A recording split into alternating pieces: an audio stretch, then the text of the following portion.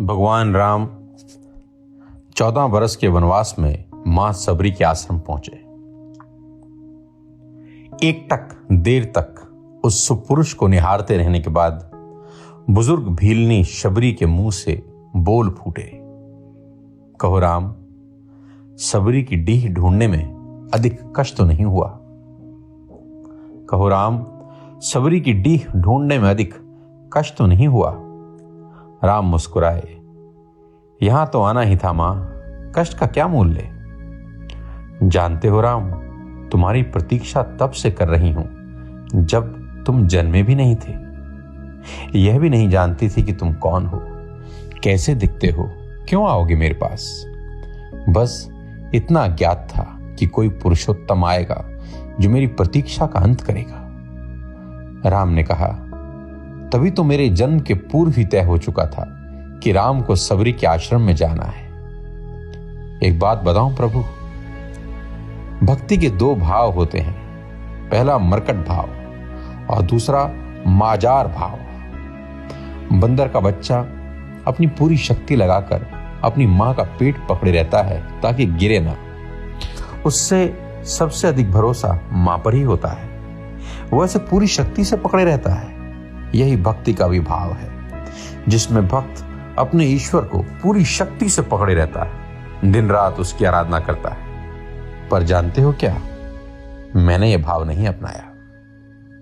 मैं तो उस बिल्ली के बच्चे की भांति थी जो अपनी मां को पकड़ता ही नहीं, बल्कि निश्चिंत बैठा रहता है कि मां है ना, वह स्वयं ही मेरी रक्षा करेगी। और मां सचमुच उसे अपने मुंह में टांग कर घूमती है। मैं भी निश्चिंत थी कि तुम आओगी, तुम्हें क्या पकड़ना।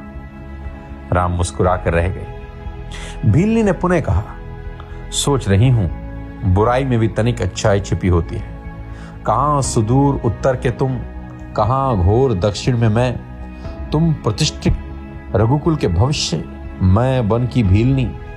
यदि रावण का अंत नहीं करना होता तो तुम कहां से आते? राम गंभीर हुए, कहा, भ्रम में ना पड़ो मां, राम क्या रावण का वध करने आया है? अरे रावण का वध तो लक्ष्मण अपने पैर से बाण चलाकर कर सकता है। राम हजारों कोस चलकर इस गहन वन में आया तो केवल तुमसे मिलने आया है मां, ताकि हजारों वर्षों बाद जब कोई भारत के अस्तित्व पर प्रश्न खड़ा करे तो इतिहास चिल्लाकर उत्तर दे कि इस राष्ट्र को क्षत्रिय राम और उसकी भीलनी मां ने मिलकर गढ़ा था।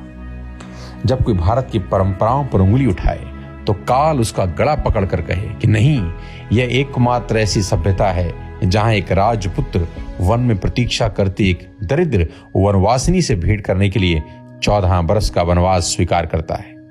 राम वन में इसलिए आया है ताकि जब युगों का इतिहास लिखा जाए तो उसमें अंकित हो कि सत्ता जब पैदल चलकर समाज के अंतिम व्यक्तित्व तक पहुंचे तभी राम राज्य है। राम वन में इसलिए आया है ताकि भविष्य स्मरण रखे कि प्रतीक्षाएं अवश्य पूरी होती हैं। राम रावण को मारने भर के लिए नहीं आया मां। सबरी एक टक राम को निहारती रही। राम ने फिर कहा, राम की वन यात्रा रावण युद्ध के लिए नहीं है माता।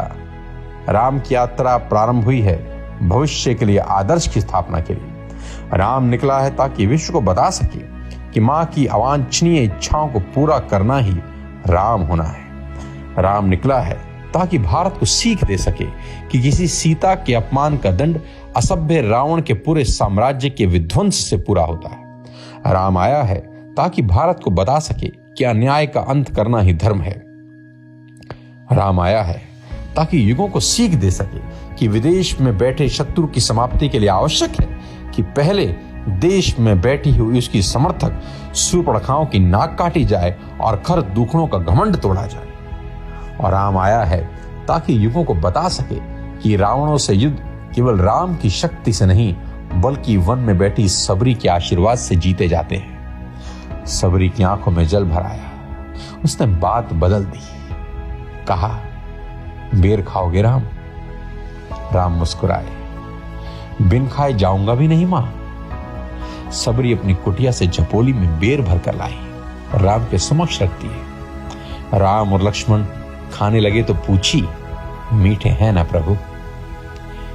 राम ने जवाब दिया, यहां आकर मीठे और खट्टे का भेद भूल गया हूं मां। बस इतना समझ रहा हूं कि यही अमृत है। सबरी मुस्कुराई बोली, सचमुच तुम मर्यादा पुरुषोत्तम हो राम, सचमुच तुम मर्यादा पुरुषोत्तम हो राम।